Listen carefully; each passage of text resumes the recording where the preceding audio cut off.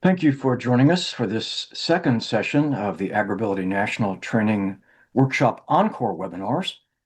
My name is Paul Jones. I manage the National AgrAbility Project, which is headquartered at Purdue University. Our topic today is mental health and agriculture, the OT perspective and practice. And our presenters today, Logan Fields and Erin Bales, both from Wilmington College. Some of you may not be familiar with AgrAbility. We are sponsored by the U.S. Department of Agriculture, and we focus on assisting essentially anybody in agriculture with virtually any type of disability. All of the AgrAbility projects around the country are partnerships between a land-grant university and at least one nonprofit disability services organization. Currently, there are 21 state AgrAbility projects around the country. There's also one national AgrAbility project. Again, that's at Purdue University through the Breaking New Ground Resource Center. And our partners on that grant include Goodwill of the Finger Lakes and Washington State University. If you'd like more information about AgrAbility, about disability in agriculture, or if you'd like to view any of the approximately 180 archived webinars we've got, you can check out all that at agrability.org. Again, our presenters today, Erin Bales is a board-certified and licensed occupational therapist with over 20 years of clinical experience, specializing in pediatric school-based practice. She earned her entry-level occupational therapy degree from The Ohio State University in 2002 and her post-professional doctorate degree from Rocky Mountain University of Health Professions in Provo, Utah in 2015. Erin is a former instructor at the Ohio State University School of Health and Rehabilitation Sciences and at Kettering College of Medical Arts. Erin enjoys developing new community-based programs such as the Wilmington College Therapeutic Riding Camp. Also presenting, Logan Fields, and he too is a board-certified and licensed occupational therapist, specializing in adult outpatient and acute care settings. Logan earned his BS in Natural Science, Master's in Occupational Therapy, and post-professional doctorate degree, all from Shawnee State University. Logan has served the rural population practicing occupational therapy at Highland District Hospital before transitioning to Wilmington College. Logan's professional interests include researching and implementing occupational therapy strategies to better serve rural and underserved populations. At this point, I'm going to stop sharing my screen and turn things over to Erin and Logan.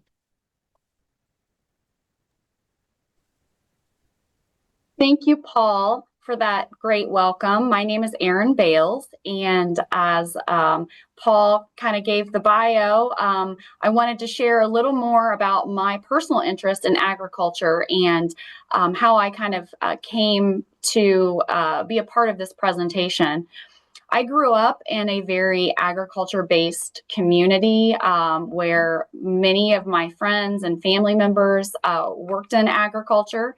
And I am currently married and have been married to my spouse of 24 years now, who happens to be a grain farmer here in Southern Ohio, where we live on our farm, and we grow corn and soybeans.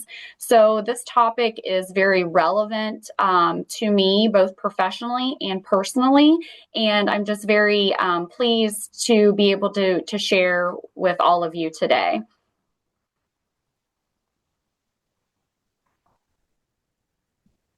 And it looks like maybe Logan, we may have lost Logan. He was having some difficulty with his Wi-Fi. So I'm going to go ahead and start by sharing my screen.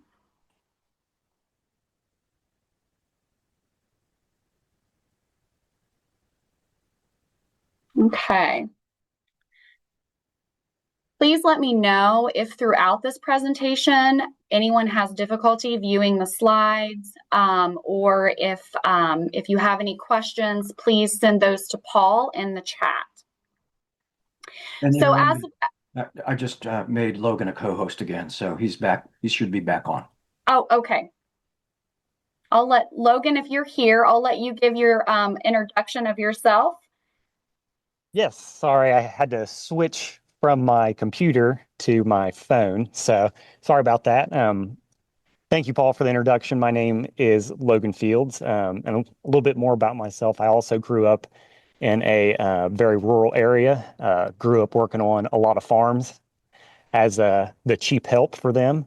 So I'm aware of all the effort that goes into that. And then as I got my OT license, I served another small rural community that included a lot of agricultural workers. So this is something that's pretty near and dear to me and something I hope more people are aware of. So thank you all for participating and coming to this presentation today.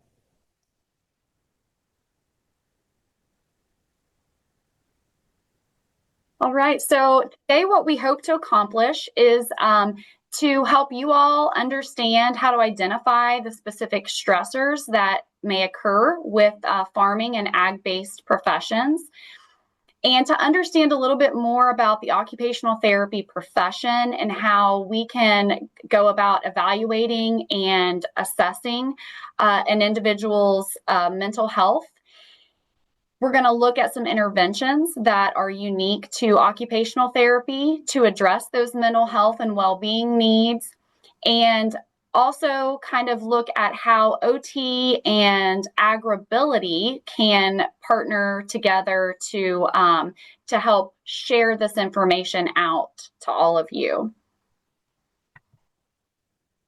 And we wanted to discuss a little bit about our occupational therapy program also, just to kind of show how we are trying to spread some of the awareness of working with these individuals. So our program does have an emphasis on rural health with an attempt to prepare our students to serve a diverse population, which would include that under-resourced or rural community.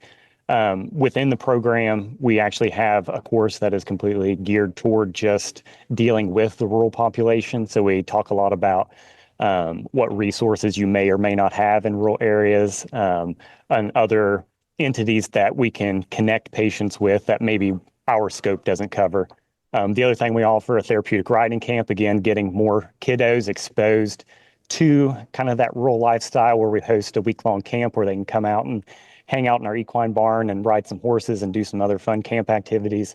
And then in our fieldwork placement, which I'm a fieldwork coordinator for the program, we also try and get as many placements in rural areas as we can for those students who have that interest, just so we can hopefully serve more of that under-resourced population. So first thing we wanted to talk about was, why does mental health in agriculture matter? So if you go to the next slide, thank you. So agriculture, as many of you are probably aware, is a very high risk occupation to have. And some stats we found, where it's about 4.1 injuries to each worker per year, and with roughly 2.5, I think the number's a little higher now, 2.6 million agricultural workers, that comes out to over 100,000 injuries per year. And I know that's talking more about the physical side of things, but because of those injuries, then we see folks who have the potential to develop a mental health issue after that as they're trying to recover and get back into that lifestyle. So mental health itself, of course, does affect safety. If there's a lot of stressors on your mind, if there's 4 or 5 things you're multitasking and doing, it's very easy, unfortunately, to get injured when you're not paying as much attention as you could or would like to. Mental health also has that issue with impeding on the productivity.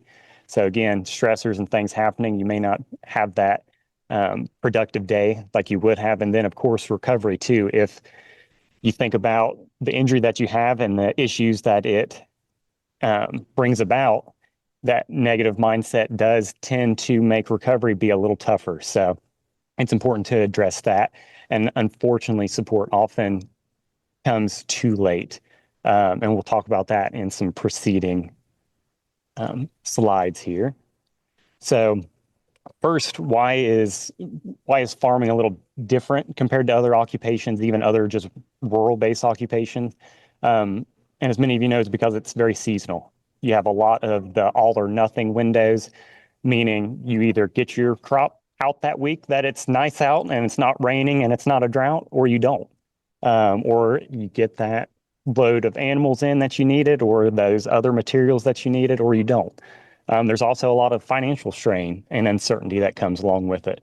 A lot of times, if you're putting out hundreds or even thousands of acres of crops, a lot of people don't have the money to front that to get the seeds. So you get your loans for that and hope that you have a nice season and you get a good yield and that the prices and everything stays well so that you definitely break even, but hopefully then make a profit. Isolation's a big issue with farming. You get folks even on smaller farms, 10, 20 acres, you're out in the fields often by yourself working. So that can have a strain if you don't just have that normal socialization or that companionship of where you see folks in other businesses, you have individuals around you all day long. Next thing, there's a lot of weather and market volatility, meaning you can have perfect weather or you can have rain for 3 weeks straight or no rain for 3 weeks straight. And both of those can greatly impede whatever task it is you're trying to accomplish in that agricultural setting. Same thing with market. You may be halfway through your crop season and see an all-time high on a market. And then as it comes close to harvest time, it dips. And that can be very stressful for individuals. A lot of identity can be tied to farms. A lot of times farms are very generational, so it's passed down multiple generations. So that puts some strain mental health wise, because if you are the one who is fortunate to have the farm now, it kind of falls on your shoulders basically to keep it going. And then unfortunately, there are some cultural stigmas associated with farming. A lot of folks will tell you that you basically just need to tough it out, unfortunately.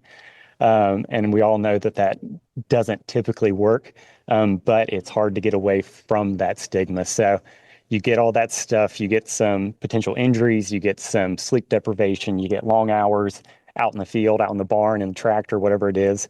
And that leads to very large cognitive emotional loads that can be detrimental to individuals. The other thing we have, some mental health outcomes within agriculture is, unfortunately, there is an elevated depression and anxiety levels in this population, with the very unfortunate statistic of the higher suicide risk, so about 32% higher than all other rural occupations, meaning there's a lot of individuals that unfortunately have that delay in seeking help because of the associated stigmas and fear of being a burden. Not only is there the tough it out mentality, but there's the idea that if I ask for help, which is a good thing, are you then being a burden, which some folks don't want to do that. And then all of this increase in mental health issues obviously leads to increased risk of injury because of that extra stress. And I would like to add too that oftentimes there is a lack of access to those types of resources in rural communities where, it can be very difficult to locate a mental health provider or a PCP or somebody that can kind of help get that ball rolling. So lack of access to healthcare is something that those of us who live in these more rural communities is a challenge that we deal with.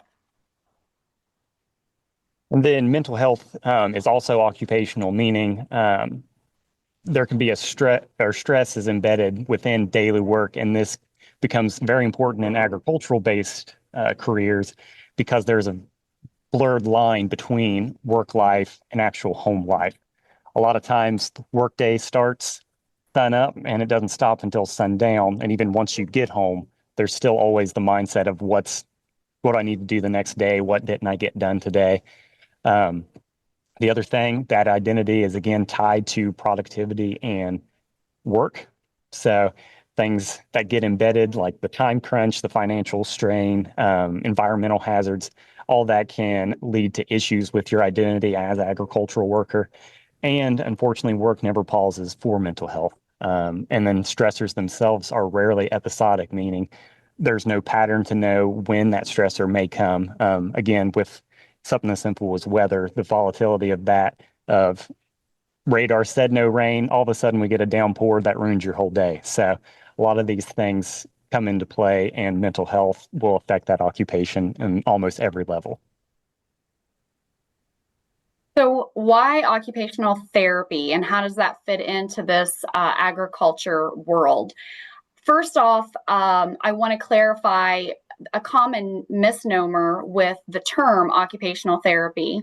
Many people who are unfamiliar with the profession tend to think that what we do is help people find jobs because of that word occupation. However, in our field, occupation actually refers to all types of activities that a person may need or want to be able to do throughout their day. And that may include work, but it often includes even more basic skills like being able to dress yourself, being able to feed yourself, being able to, drive a car and get from point A to point B. And so occupational therapy is an allied health profession. And our purpose is to really be able to help people live independently and to be able to do those skills and those everyday jobs or tasks that they need to be able to do to the best of their ability, despite their age, whether or not they have sustained an injury or an illness or a disability. And occupational therapy is unique in that we do address the whole person. So we will look at a person and evaluate a person's musculoskeletal system, meaning their range of motion, their muscle strength. But we also can address the mental skills that a person may need some help with, things like sequencing tasks, being able to pay attention for a sustained period of time, as well as their emotional needs. And so we look at that holistic view of a person. And we will then use therapeutic exercises and activities to help remediate any deficits that exist. And we can also adapt and modify a person's environment so that if it looks like remediation may no longer be viable due to whatever this disease or condition may be that a person has, then we start looking at how can we then compensate and help a person still be able to achieve the tasks that they need to be able to do, even though they may do it in a different way. So occupational therapists will look at that physical and that cognitive rehabilitation. And rehabilitation really means that we work to restore function. We restore the skills that may have been lost after an injury, disease, or disability. And in addition, we assess a person's work and life balance. So is there an unbalance between the amount of time they spend in work versus the things that bring them joy in their life? Because we know that that imbalance can also lead to emotional and mental stress.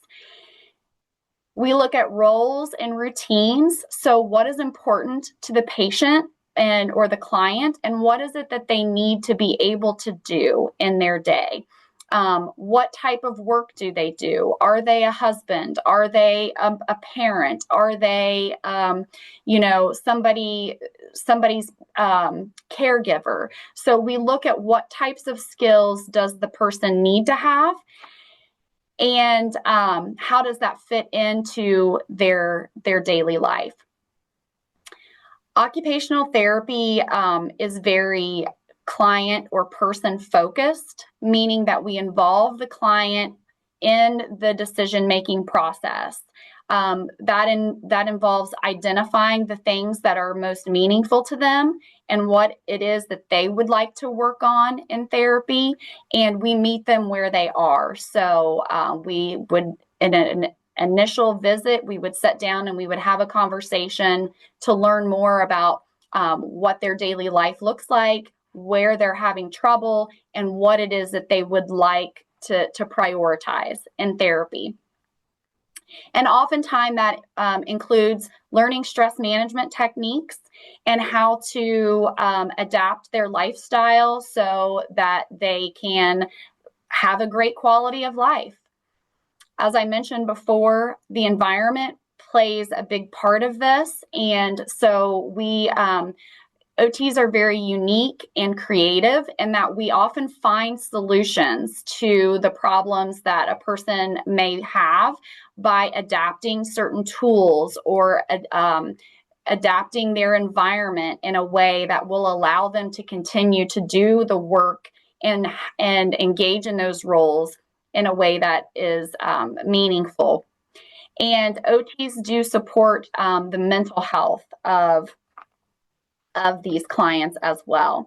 We do want to note, though, that we are not a replacement for clinic-based psychotherapy, that we are a profession that complements those other professions. And so if there is a person that struggles with a lot of mental health needs, we would definitely make referrals out to those other mental health providers to provide the psychotherapies.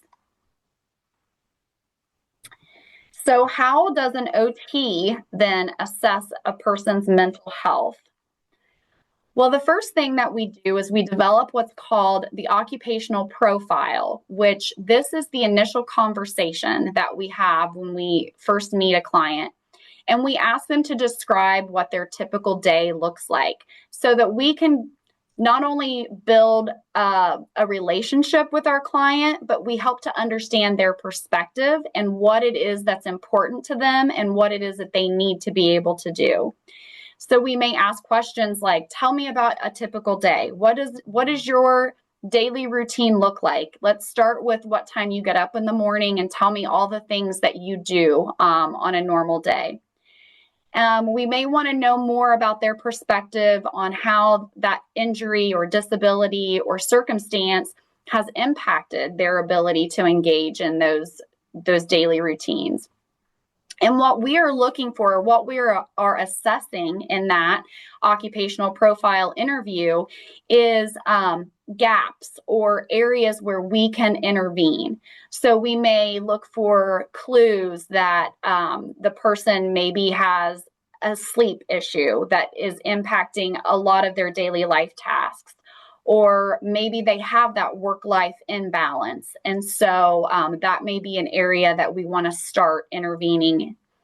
Perhaps because of their injury or their disability, they have had a complete overhaul of their daily life and their daily routine. And so their normal structure and their normal day has just completely flown out the window. And so now they're trying to reestablish what is normal for them.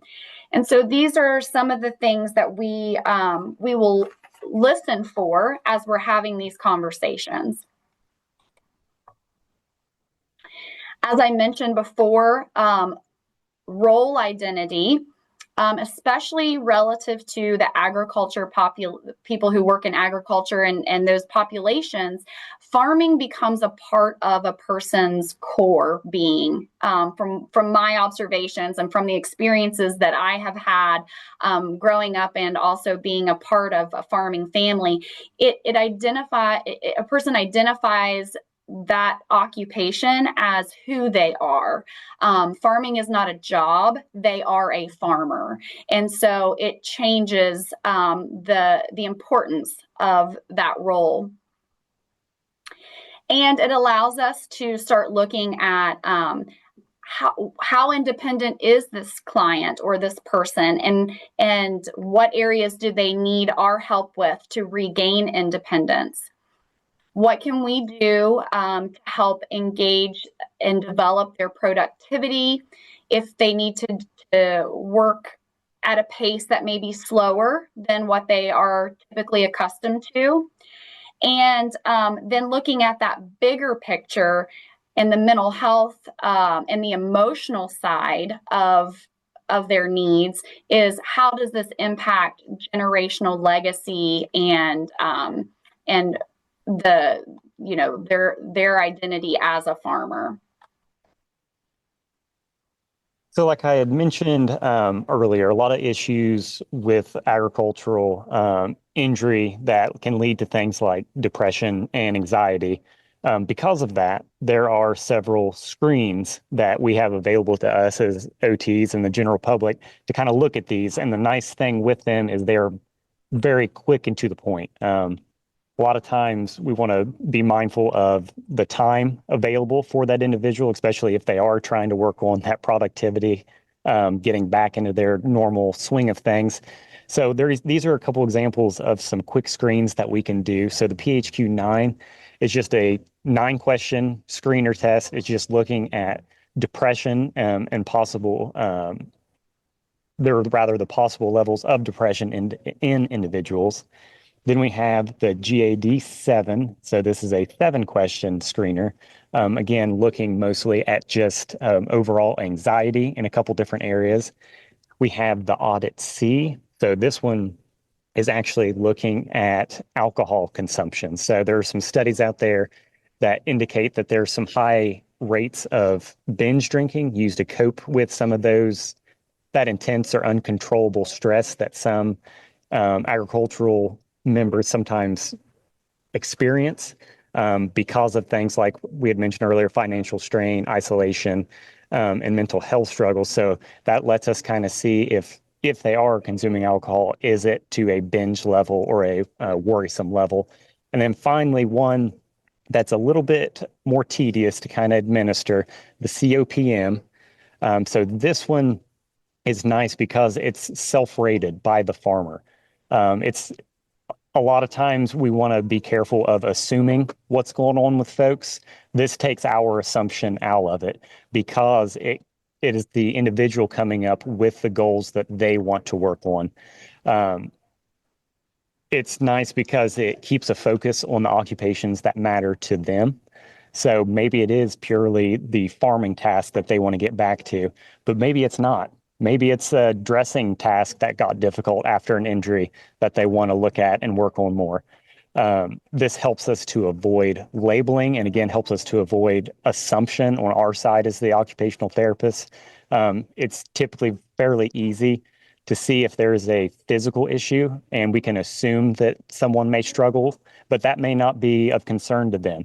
They may not worry that may take a little longer to get dressed or take their shower or whatever. They just want to get back on the tractor, out in the barn, things like that. So that avoids us assuming too much. And it helps us build a nice therapeutic relationship with them. Because again, we're not being pushy at telling them what to do. We're listening to what matters most to them.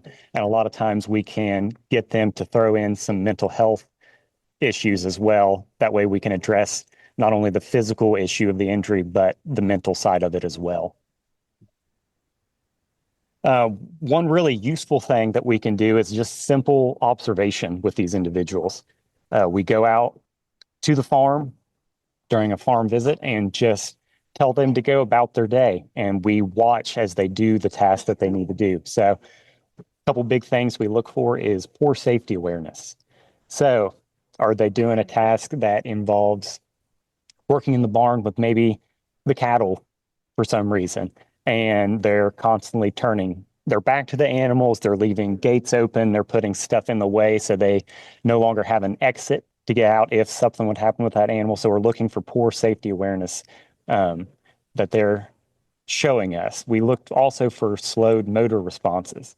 So again, if an individual is doing a task and it involves a little bit quicker motions, sometimes if there's mental health issue, there's so many things going on in the mind that you can see them physically slowing down to do a task that they normally wouldn't have any difficulty with. We also see some risk-taking behaviors. So again, that kind of goes along with that poor safety awareness. Are they doing things and not being as risk averse as they would need to be or would normally be, and they're causing potential issues with injuries that could happen because of that. Reduced eye contact. So again, if there's a large mental strain with these individuals, sometimes, again, it's the tough it out mentality occasionally, and we do not see as much eye contact, so that social side of things. Same thing with emotional flattening. So this kind of follows both ranges of we don't see a lot of excitement but we don't see a lot of things like anger or sadness either. They just kind of ride the line between everything. So something that they accomplished that they should be fairly excited for, it's just kind of a normal everyday thing, or something that maybe could be more troublesome to them just doesn't seem to bother them like it should. Increased irritability, so frustration levels when it comes to mental health issues. The level to get frustrated, unfortunately, drops. It's a lot easier to get upset. You're working on some piece of equipment and you drop the wrench. Maybe it was the first time, but that's all you needed. Now that wrench is across the field somewhere because you tossed it. And then finally, poor follow through. So a lot of folks will say, yeah, I'll get to that, or yes, I can help with that. But then you ask them how that follow through is, and they say, oh, I completely forgot about it. I had other things in my mind. I just didn't think about it. We can look at some actual functional assessments. So we can give them or ask them to do a very specific work task and watch what they're doing. So typically this is nice to do with a task that has a little bit of stress involved to it, because it allows us to see their decision-making process. Are they making good choices? Are they having that good response time? Are they trying to avoid high-risk situations when possible? The other thing we look for is sequencing. So are they doing things in a logical order? Are they doing steps 1, 2, 3, and 4, not going step 1, then step 3, then to 4, then back to 2? So doing things in a way that would make sense. And again, we're looking at that frustration tolerance if something isn't going quite the way it should. The other thing we can do is look at the environmental interaction. So are they disorganized when they're working on a task? So at least I'll speak to my experience with it. A lot of the farmers I work with have a decent amount of organization, especially when it comes to working on equipment. They know where the tool is, where they last put it, where it should be.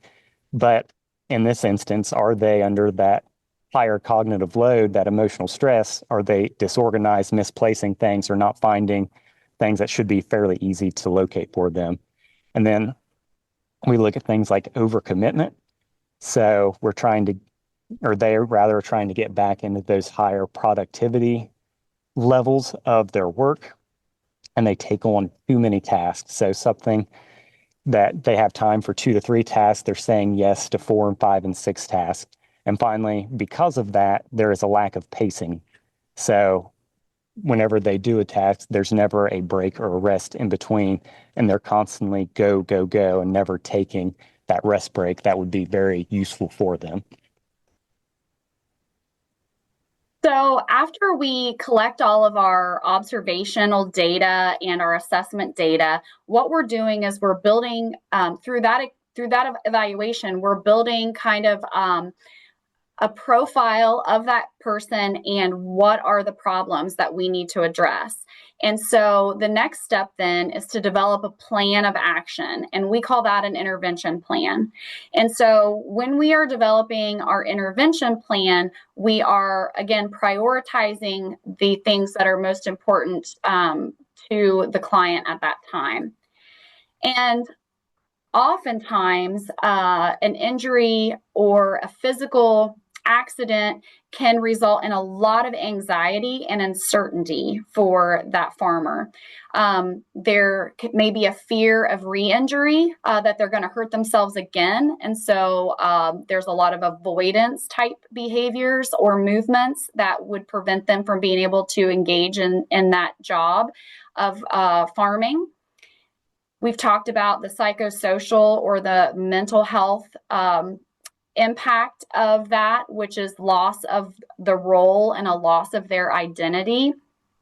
And a lot of this extra stress can cause what we call decision fatigue, where the person just becomes so completely mentally and emotionally overwhelmed that they just have a really hard time making decisions, both for their health as well as for being able to own and operate their own business. And so one of the interventions that an occupational therapist may do is educate the client and the client's family about what the typical recovery period may look like with a certain injury or disease, what to expect if it's a disease process that we know is going to continue to get worse over time. Sometimes the more you know, the less fearful you are of what is going to happen, and it allows a person to plan for their future and to put some things into place before they get to that point. So educating the family and the client themselves about that disease process is one type of intervention. Some other things that we may do is look again at their routines. So we know that life can turn upside down and their entire structure and daily routine can be disrupted, especially if there's pain that we're trying to work around that the person is dealing with, or if there's endurance and fatigue issues. And so one thing we may do is recommend what's called an anchor activity. And an anchor activity are those consistent sort of daily tasks that are built into a person's routine that helps provide some structure. They're like kind of these core activities that a person may engage in every day, such as certain wake times, certain times for meals, certain times when you set about doing your chores. And so having these natural kind of built-in anchor activities, it helps a person reestablish rhythm to their work life and to their daily life. Another intervention that we may recommend are micro breaks. So these are small little, 1 minute to 2 minute breaks every 20 to 30 minutes to help with that endurance and that energy conservation that is needed to be able to work throughout an entire day. A lot of times, just like running a race, they say you don't really want to start off super fast because you run out of gas early in the race and you can't finish. And so it's about pacing yourself to be able to finish that race. And so that may involve needing to take some extra breaks. And so working with the farmer and the family on how to establish those kinds of routines and build those into their day. We may also recommend things like task batching, which is when you save up activities or certain work tasks to be done in chunks. Maybe a person feels better and has more energy early in the morning before they've kind of worked themselves tired by the end of the day. And so that may be a really good time to catch up on some of the tasks that require more cognitive load. So paperwork, making phone calls, doing some of the business side of things.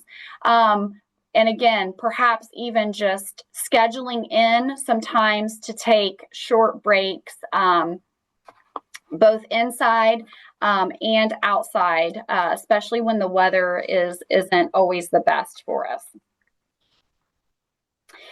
We also can look at their sleep schedule and recommend what we call sleep hygiene activities. So sleep hygiene is like taking care of your sleep and protecting your sleep, very much like you would any other hygiene routine. And so developing routines before it's time to go to bed that helps cue your body that sleep is about to happen. So I know it's very common for my husband to work until it's dark.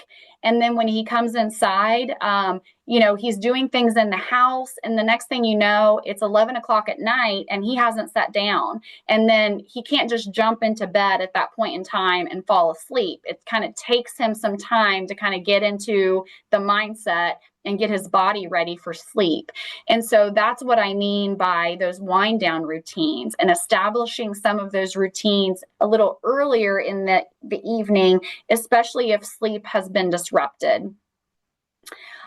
We look at environmental modifications if they're not already in place. I know a lot of farmers, especially those livestock farmers, already utilize camera systems and things that will allow them to check on their livestock without them having to be out in the barn. But if those are not already a part of their planned, then we would recommend some things like that for remote monitoring so that the person can maybe have a little less stress in their life. We also know that lack of sleep naturally causes a reduction in the hormone serotonin. And serotonin is the feel-good hormone that is produced by your brain that helps you to not be depressed. And so if a person is going on lack of sleep, they may be even more prone to depressive type symptoms. And so it's really important to get those sleep routines established. Yes. So go ahead. So the next thing we have is the various interventions that we can address some of that cognitive load and stress. Farmers, like many of us, have very specific ways they like to do things.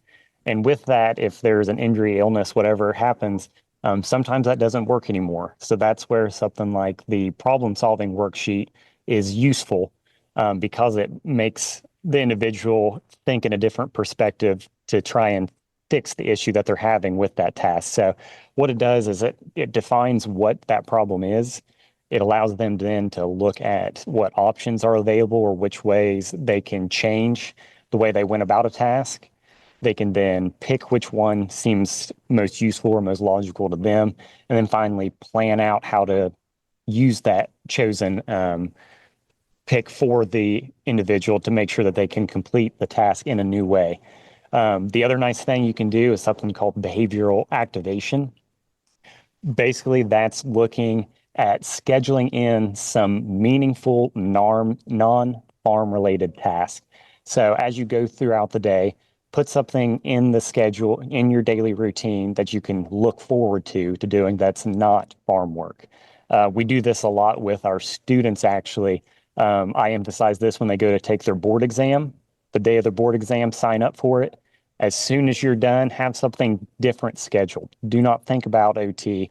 Go to the movies, go to an amusement park, go hang out with friends. Just get out of that mindset of that job you've been doing all day.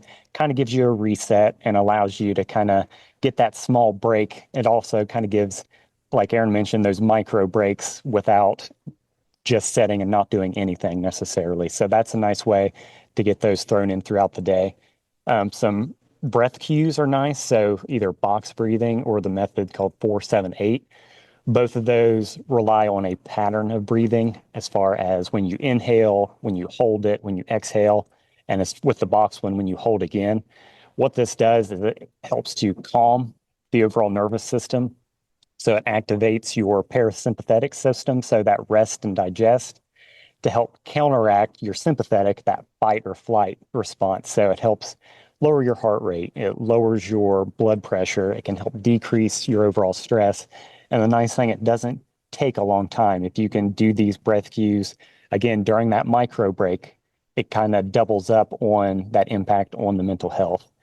Another big area that people don't think about too much on impacting mental health is looking at various sensory strategies that they can change so that they're not constantly dealing with being oversensitized by what's going on in the environment. So one easy one is ear protection. So a lot of time or as a farmer, you're around noisy things. That can be equipment, that could be animals.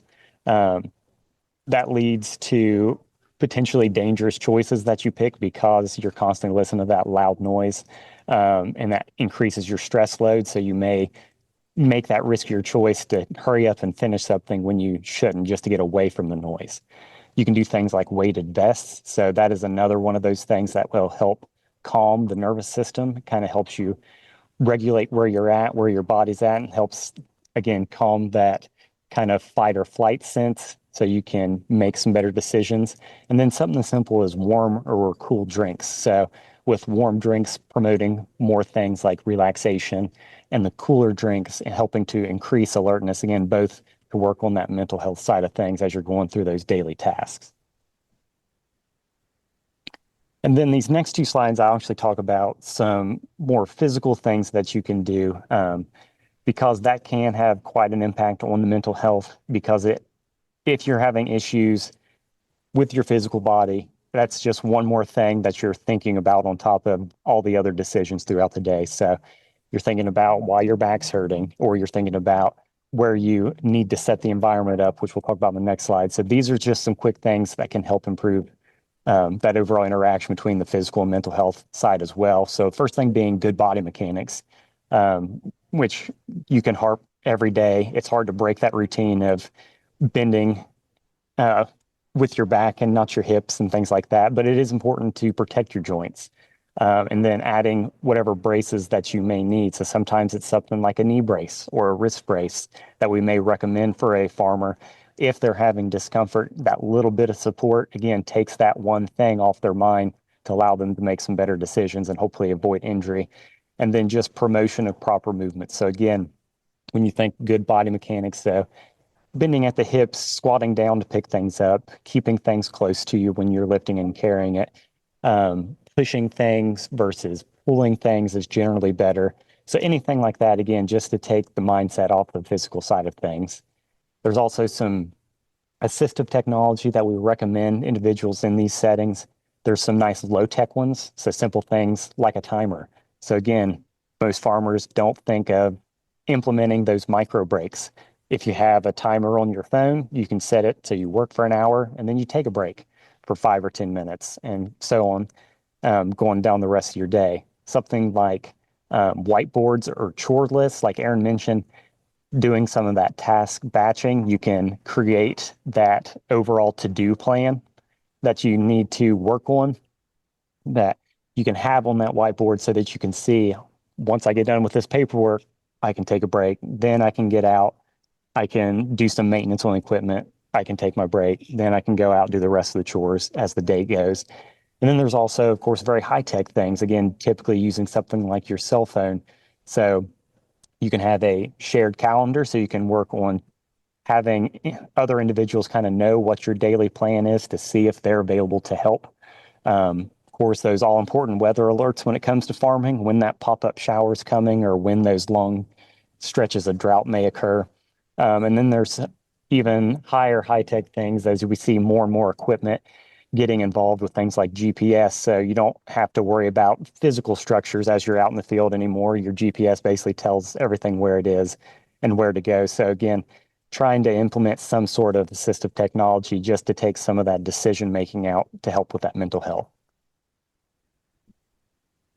And finally, some of our overall ergonomics or environmental modifications. These are things, again, that get looked over fairly often with individuals in agricultural setting and in everyday life. You have things set up in your environment in a way that makes sense to you and that works for your system. Sometimes that's not the best. One easy thing you can do, the example we provided, was just improving your lighting.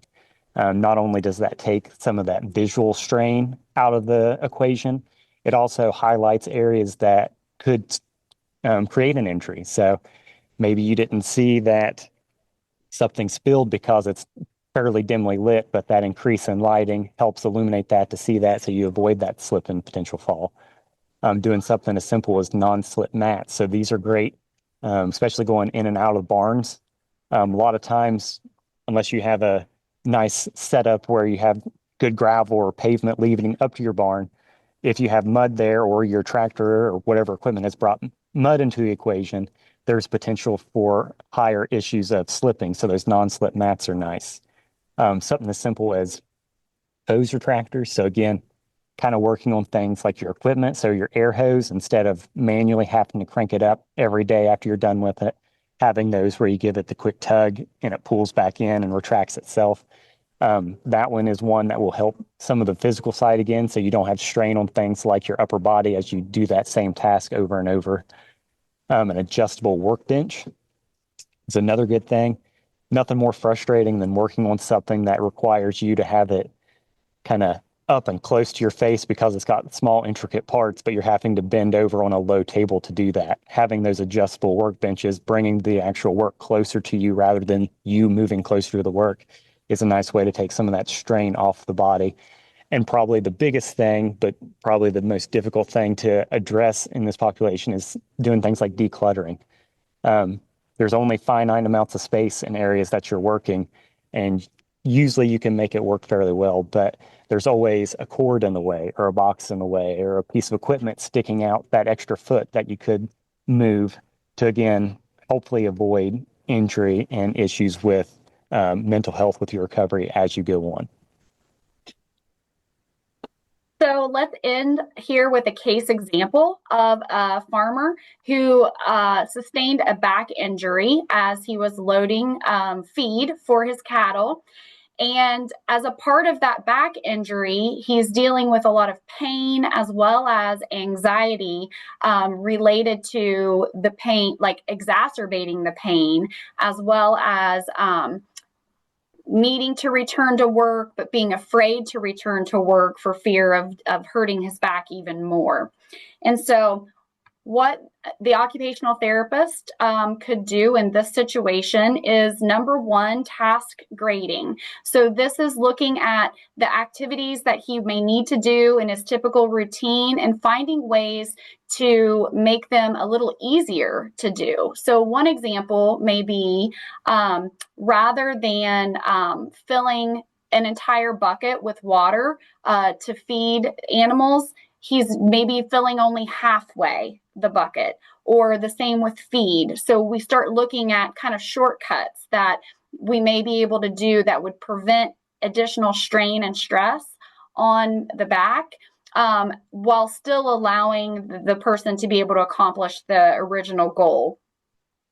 We may suggest some environmental changes. So if it were a back injury, one thing that we may recommend is that the person does not spend sustained amounts of time in either standing or sitting positions. Sitting for a prolonged period of time can actually increase back pain. And so what we may look at are what jobs can be done in that standing position, and when do we need to build in rest breaks. Maybe we add a stool near the workbench so that as the farmer's out in the garage working on equipment or whatever, they have a stool there to be able to take the rest break and sit for a bit and then stand again. We may also recommend some specialized seat cushions for tractors or heavy machines that would reduce the amount of vibration that occurs while the machine is running. That can also exacerbate some of that back pain. We may look at like lumbar seat cushions that would help provide extra support to the person that has sustained that back injury. Routine restructuring, as I mentioned before, looking at when is the person's prime and best time of day, and what are the more difficult jobs that maybe we can save to do during those times of day. And so kind of rearranging the order of things in the way that makes sense for the farmer, so that those harder, more difficult, maybe physically demanding jobs are done at the time of day when they are also feeling the best, so that they have more energy and pain tolerance. And some of these things together can help build the person's confidence to know that, like, you know what, I was really worried that I wasn't going to be able to continue to do my job, but they now see that just by doing it in a slightly different way, they can still continue to do the job that they want to do. And so that really helps build their overall confidence. The other things that came out of this case study is that overall this farmer did have a reduction in his overall fear of pain through education about how to deal with some more difficult periods of pain. Maybe it's some of that deep breathing that Logan talked about earlier, or maybe it's learning how to manage the pain even though it's still there. What are some cognitive strategies that we can teach that farmer to be able to manage that pain better? And improved safety, because by embedding some of those environmental modifications, we're preventing him from further injuring his back. We're the farmer's then able to sustain his engagement in the occupation that he needs and wants to do, and his overall participation is increased. So now knowing kind of how OT can function in this setting, we can look a little bit about some future directions that could be possible moving on. So one thing that's nice is that OT and AgrAbility is a very natural partnership because of how similar both entities are. So we both have very similar goals and interventions. So of course, both of us have that goal of injury recovery, even some prevention beforehand to prevent it from occurring in the first place. We both look at returning to work planning or just any other occupation in general, getting back to that normal daily routine. Both are very adept at looking at adaptive equipment that we can offer. Again, it could be something as simple as different tools, the way they're grasped. It can be all the way up to, I've seen some pretty cool examples of a farmer wanting to get back into his combine and then installing the actual elevator system to get into it. So a lot of interesting things that can happen with that adaptive equipment. And then both of us look at that safety and task modification. So we look at, are they being safe in the choices that they're making? Are the tasks that they're doing, are they able to be modified in a way to allow that independence to keep that identity and normal routine that those farmers want to get back to? The nice thing too, many AgrAbility services already support mental health indirectly. So by offering that adaptive equipment, again, you are making sure that identity stays in place with that farmer. They get to do the tasks that they want and need to do. So without having an actual emphasis on mental health, it is actually being supported in many things AgrAbility already does. And then occupational therapy basically just comes in to help further that connection with those individuals. And then for some collaboration with these folks between us. So knowing that AgrAbility looks at those equipment modifications, some environmental risk and physical accessibility, we can piggyback on that as occupational therapists in watching them get those new setups, get those new modifications, and then watching those decision-making patterns. So are they choosing better choices now because they have the things in place that's helping them physically, which will then in turn help their mental health? Are we able to see any fatigue signs that stick out where AgrAbility can come in and help some more with that environmental modification or equipment modification? Are there any sort of overload behaviors that we notice that, again, maybe AgrAbility has outside resources that we don't have that we can offer and educate that farmer on? And finally, again, looking at things like that task sequencing. So are they doing things in a logical order or not? And again, it may be something as simple as adjusting how that task is done. So a lot of good collaboration can come back and forth where we can actually have one entity look at the individual, do some modifications, have the second one come in, see what those modifications are doing for the individual, and then combining those efforts to get it the best benefit we can for our farmers.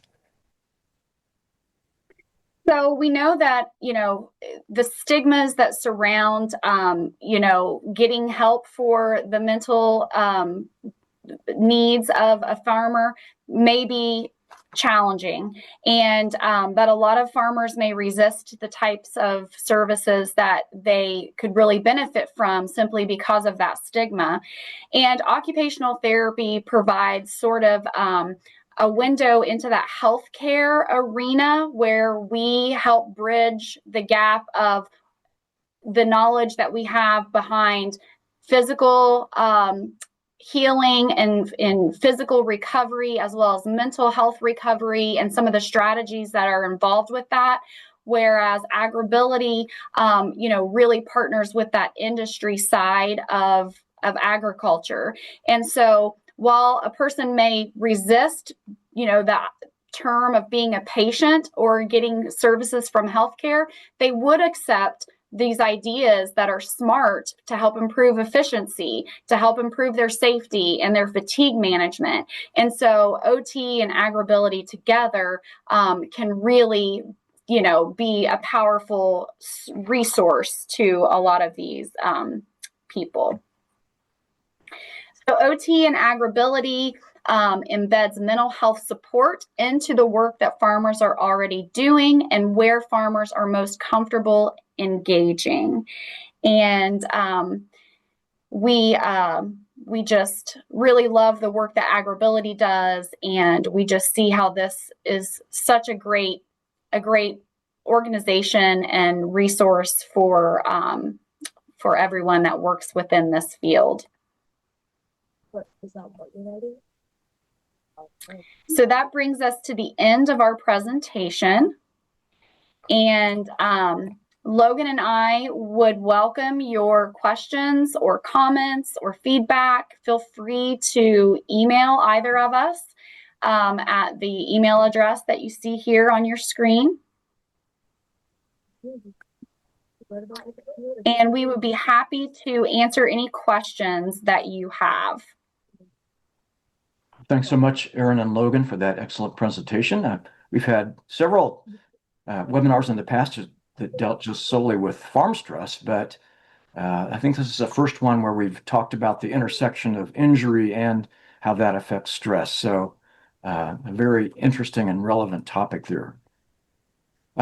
Just curious, I mean, since everybody that you're dealing with has had some type of injury, you mentioned back problems. Are there other fairly common issues that you could name among farmers that would cause them to see an occupational therapist? Yeah. With farmers, what we see, I wouldn't say primarily, a good chunk of the time is a lot of strain injuries or just a lot of wear and tear.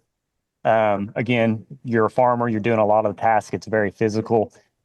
Even without a direct injury per se, that's trauma related, we see a lot of just that overall wear and tear on things, especially our shoulders, elbows, anything upper extremity. And then, of course, lower back is another pretty big thing. But I would say most of my folks I worked with dealt with things like rotator cuff tears, labrum tears, bursitis around the elbow, arthritis in the hands and stuff. So yeah, we do have a lot of folks in that area outside of just the low back issues that we typically see. Okay, and I would add too that if anyone's working around big machinery, there are a lot of crush injuries and a lot of finger and hand sort of amputations that we often will see. And occupational therapists do also hand therapy rehabilitation, where we would help that person recover from that sort of traumatic injury.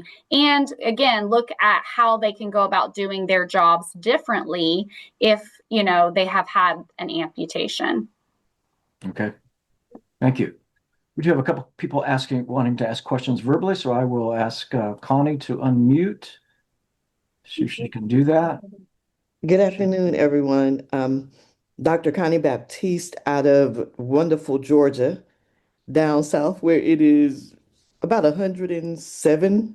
They're saying wow. it feels like today. I noticed that through everything, nothing had been mentioned about veterans.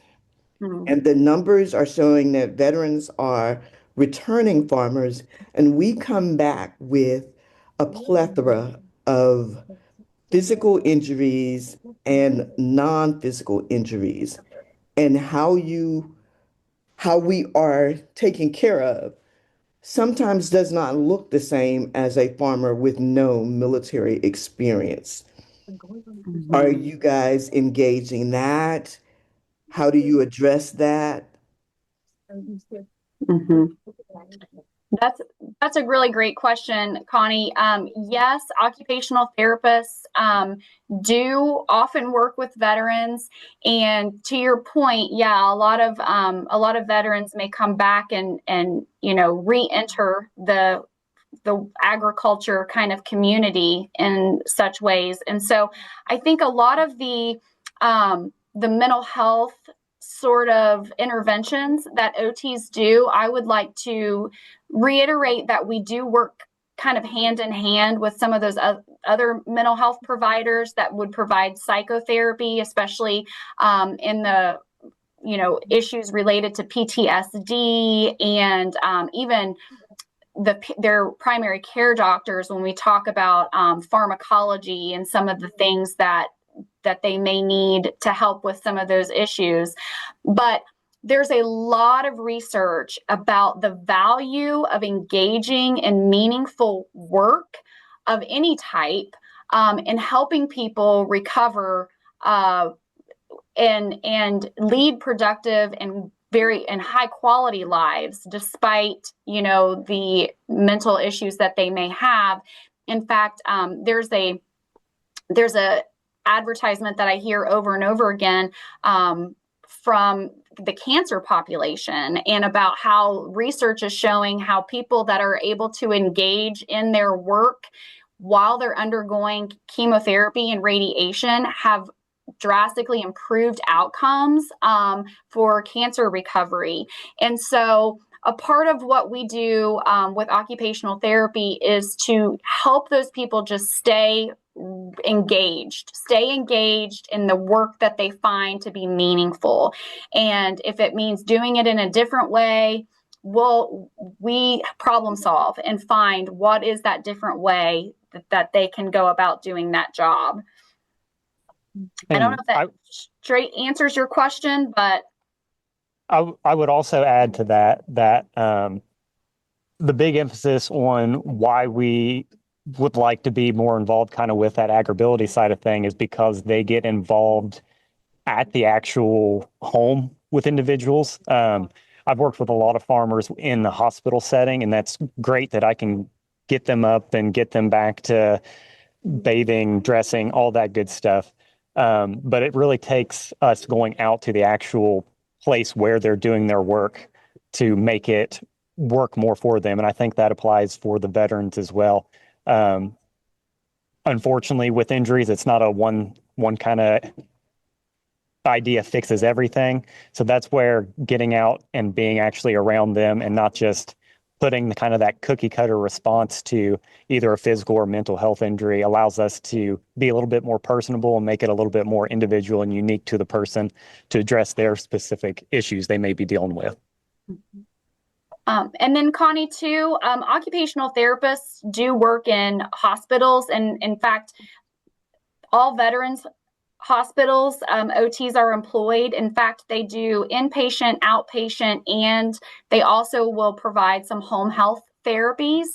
And so getting connected with the, their doctor and getting that referral for an evaluation for an occupational therapist to come out and take a look and see what issues they may be dealing with would be the first place to start to help that specific population.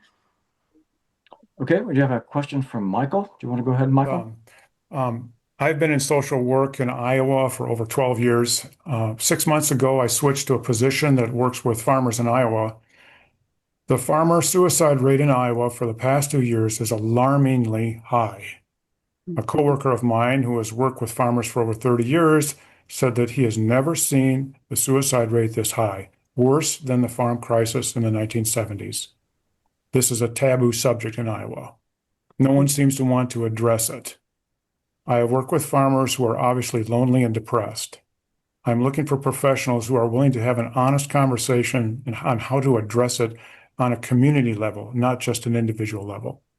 Yeah. It's just, you could probably hear the frustration in my voice. My team, Rural Solutions with Easter Seals, Iowa, they're experts on assistive technology. I brought this up in the meeting and everyone looked at me like I farted. I'm sorry, just being blunt, but it's just like, they didn't want to talk about it. And I want to talk about it. I also work in crisis stabilization on the weekend. So I have talked with people about suicide, but it's mostly in the urban population.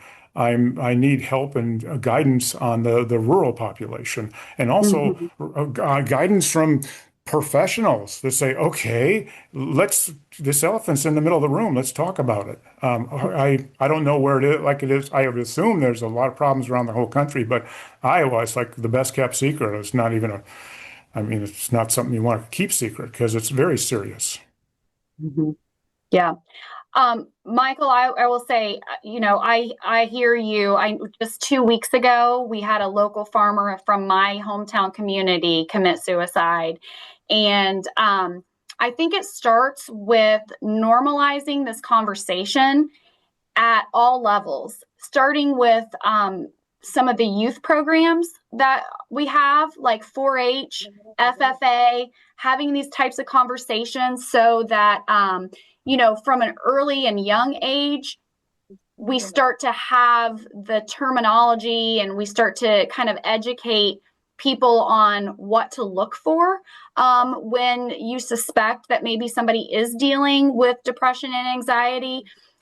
And then what can you do and how can you go about dealing with it? Because the stressors are enormously high in this industry with the amount of cost that's involved with, the input there to just be able to make a living. And I think so having those conversations at some of those local organizational levels, as well as farm bureaus, looking at, community-based events that's just open to the public, where we just start saying this more and more and more. Like we see the issue, there is help for this issue, and there may even be steps that a person can take that would be completely anonymous. I mean, especially with telehealth now, there are so many opportunities for people to seek and receive services that, if there's the stigma against it, no one needs to know that they're getting services. They can do it from their home. So that would be my initial thoughts, would be just starting with some basic education.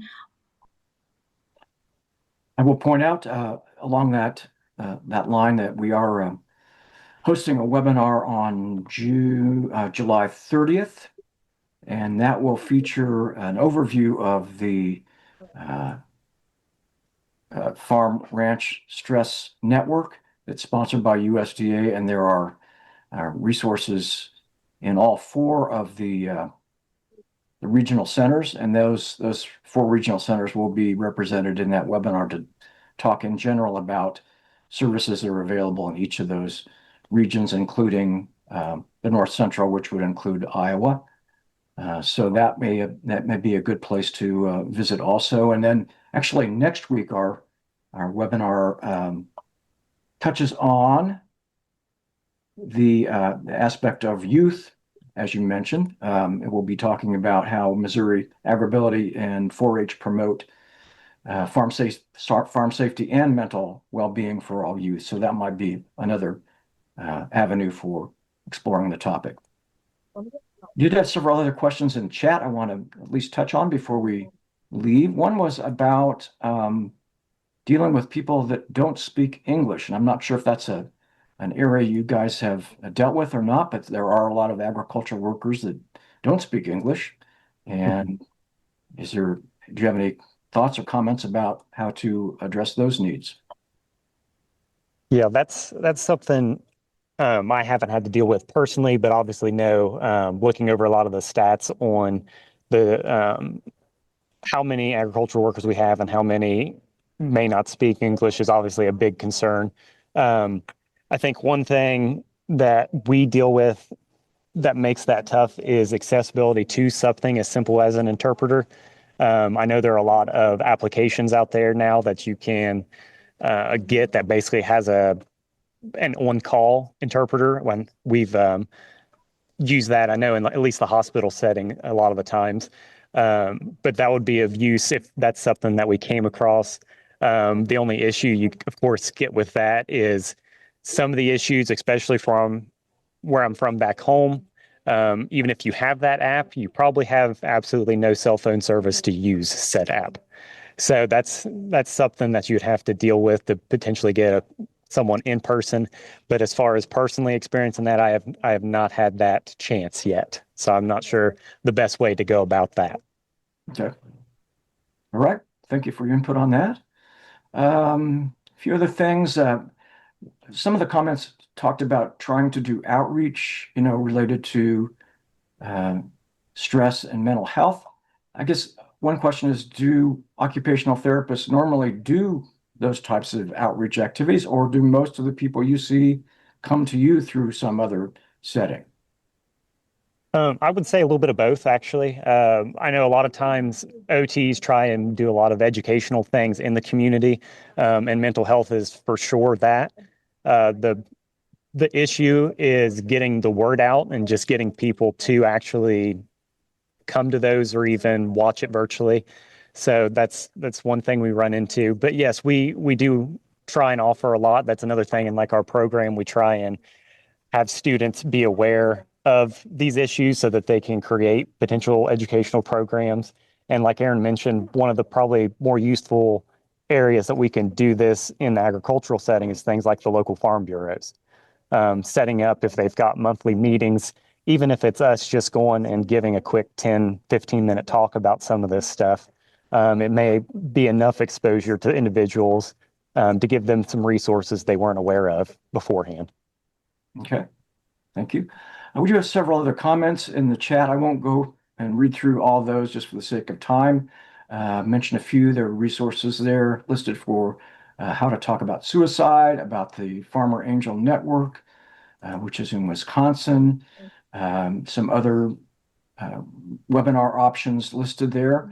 So I think what I will do would be to just leave the room open if people would like to check that out before they exit today. So again, because we're a bit over time, I will go ahead and say thank you again to everyone who participated, especially Erin and Logan, and also to all of the participants out there. Again, please look for another webinar next week. And then again, we'll be sending out information about that webinar on the 30th related to the Farm Stress Network. So again, thank you, and we wish you a good day. Thank you. Thank you all. We appreciate Yes. this opportunity. Thanks, everyone.